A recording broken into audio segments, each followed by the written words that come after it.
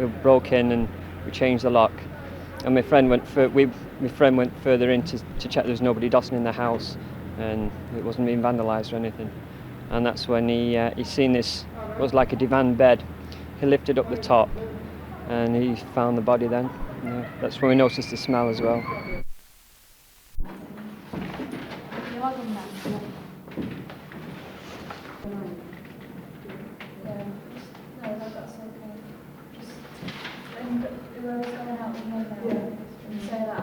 This is one of the sad things about this case, that we know so little about him. He has certainly lived in the Moss Side area since September of last year. The indications are that he died round about the Christmas period, and yet nobody has made any inquiries as to where he is or about his welfare. And if you think about it, it's very sad. Have the neighbours in the block been able to help you at all? Well, some indication of the neighbours in the block. The gentleman who lives next door has lived there for about 8 years, and he genuinely believed that the flat next door was empty. He had never seen Mr. Cook, nor had he heard any noises coming from the flat.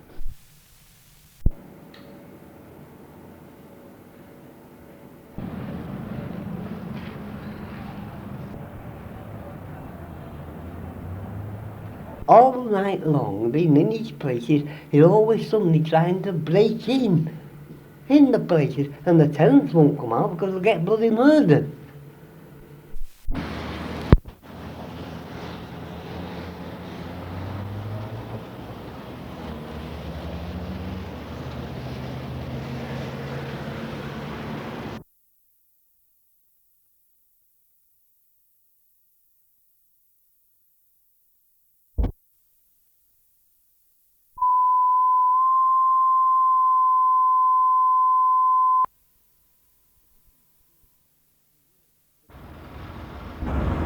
The Drop-In Skills Centre is a world away from the traditional approach to adult education.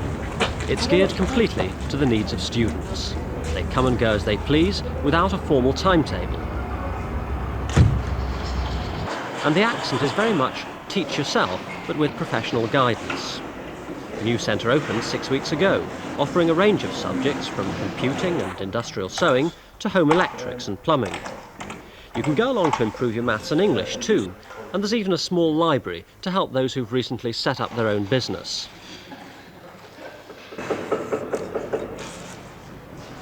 It's the idea of David Blezard, head of the Liberal Education Department at Nelson and Colne College, and Derek Crossland, coordinator of the Open College Federation in the North West. Well, we're not a training centre, we are an assessment centre, so we do assessment as opposed to training. Secondly, we are drop-in, that's to say people can come more or less any time that they wish, certainly by appointment within a week or two of their initial visit. And thirdly, we offer a range of different skills up to an assessment level which would then demonstrate whether they have aptitudes for further training or for particular aspects of vocational work. Now, I know there's been a huge Education facilities are fairly inflexible, so that if someone wants to come and try out a particular skill area, for example, in November, then if they go to the FE colleges, then they're going to probably find that it's next September before they can do anything. If someone is unemployed, then they want to do something at the time they are motivated to do it. And what we are trying to do is to capture that motivation and then to be able to encourage them into education, into training, or to help them to get employment. You get the red colour, that one, yellow. The new centre, DISC for short, is aimed at both the unemployed and those who have a job. And it's not specifically vocational. You can use it as a stepping stone to a new career, but it's not essential. I'm an electrician, and there's no prospects around here, so I thought if I could learn a little bit about computing, I could stand a better chance of getting on a training scheme, a doc's course or something like that. Did you know anything at all about computing before you came here? Not a bloody thing. And do you think you're learning very much? Yeah, it's amazing. It teaches you and you don't realise it's happening, you know. Why come here rather than go to another college? First thing, I haven't got any sort of qualification. That's why I come to here. So that was the main attraction, the fact that you didn't need any qualifications? Yeah. And do you like what you see? Will you come again? Yeah, I will. the silver rings there now. So. Or you may simply choose to come along to learn some DIY skills. Turn it off. I'll wait till it cools down 5 minutes and then you can... Well, we've only just started really. We haven't come across the hard bits yet, I don't think. It's going to get harder. I mean, at the moment it's easy. But you've got the books to help you and an instructor. But actually in your own home would be probably a different matter. What do you think you're going to save by doing the job yourself rather than bringing in a plumber to do it? About £500. Disc opened at the beginning of the year, and if numbers are anything to go by, it's already a success. More than 250 people have registered so far, and still they come. There are no teachers as such, just technicians to guide you.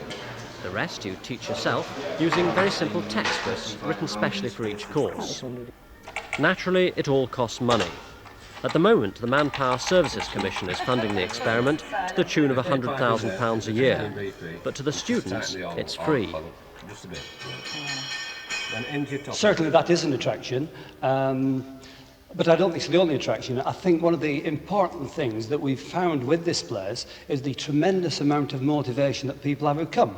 So that when you come in, it's almost as though the people here are on piecework. They're all working away, they're fully involved, and it certainly is an improvement on what you see in many other skills centres. But isn't there a danger, Derek, that you're going to inevitably attract a huge number of people who simply want to learn DIY skills on the cheap, rather than attracting the people who really need to acquire these skills for job purposes? I think for both purposes, but what you must realise is that when people come in many instances, they come in for one reason and then they find part way through that they are capable of going on further in that particular skills area than they intended. So some people come in for do-it-yourself and then find that they eventually probably take up a job